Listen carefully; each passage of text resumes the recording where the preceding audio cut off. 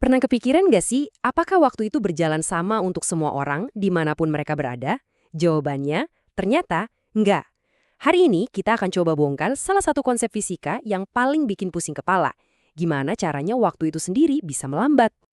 Oke, biar gampang ngertinya, kita akan bedah ini pelan-pelan. Kita mulai dari ide dasarnya dulu, terus kita lanjut ke satu aturan main di alam semesta yang nggak bisa diganggu-gugat, dan terakhir kita pakai beberapa contoh sederhana yang bakal bikin semuanya jadi lebih masuk akal. Siap? Yuk kita mulai. Oke, hal pertama yang paling penting, kita harus buang dulu deh pikiran kalau 1 detik buat kamu itu pasti sama dengan 1 detik buat orang lain. Ternyata, dalam fisika, waktu itu nggak sesaku yang kita kira. Nah, fenomena inilah yang namanya dilatasi waktu.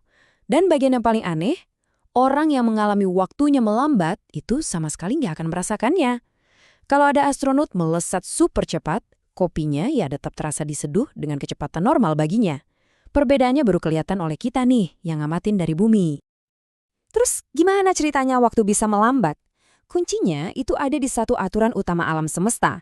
Ada batas kecepatan kosmik, semacam speed limit universal yang mutlak dan nggak bisa dilanggar oleh apapun.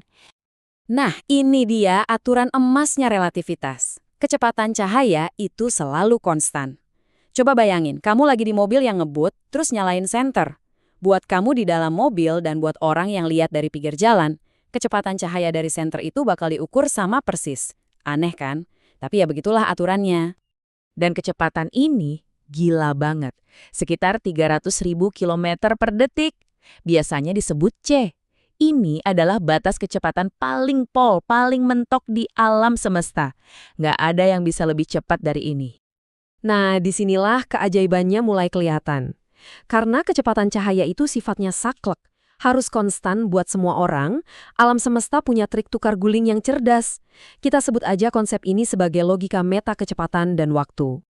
Coba deh pikirin kayak gini, setiap benda itu punya semacam anggaran gerak total. Makin banyak anggaran yang kamu pakai untuk bergerak dalam ruang, ya makin sedikit anggaran yang tersisa untuk bergerak dalam waktu.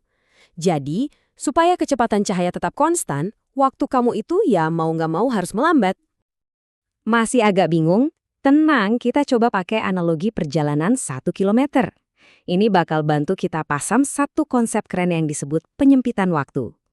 Gini deh, buat nempuh jarak 1 kilometer, kamu kan punya banyak pilihan. Bisa jalan santai, lari, atau mungkin naik mobil.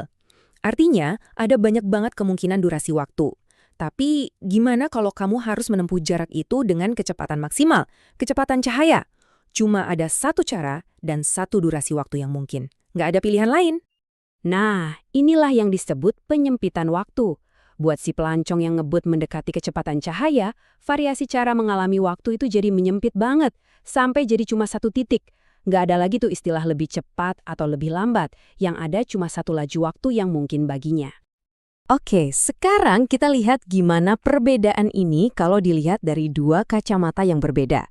Satu dari si pelancong yang ada di dalam roket, dan satu lagi dari kita yang cuma nonton dari jauh.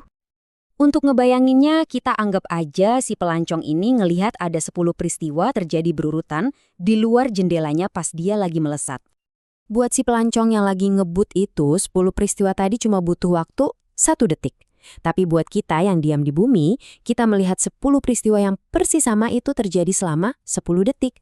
Peristiwanya sama, pengalamannya sama, tapi durasi waktu yang berlalu beda banget.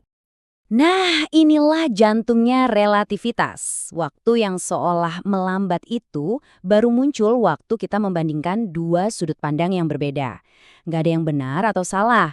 Waktu memang beneran berjalan 1 detik bagi si pelancong dan 10 detik bagi kita. Dua-duanya sama-sama valid di kerangka acuannya masing-masing. Jadi kesimpulannya gimana? Dan mungkin pertanyaan terbesarnya, kenapa si astronot itu sendiri kok nggak ngerasa waktunya jadi lebih lambat? Intinya sih satu, waktu itu relatif. Perlambatan waktu adalah efek yang cuma bisa dilihat dari luar, dari sudut pandang pengamat. Buat kamu sendiri, jam di tanganmu bakal selalu terasa berdetak dengan normal. Dan ini ninggalin kita dengan satu pertanyaan pamungkas yang bener-bener bikin mikir. Kalau seandainya waktu kamu sendiri yang melambat, gimana caranya kamu bisa tahu? Semua proses biologis kamu, pikiran kamu, bahkan jam tangan kamu, semuanya kan ikut melambat bareng kamu.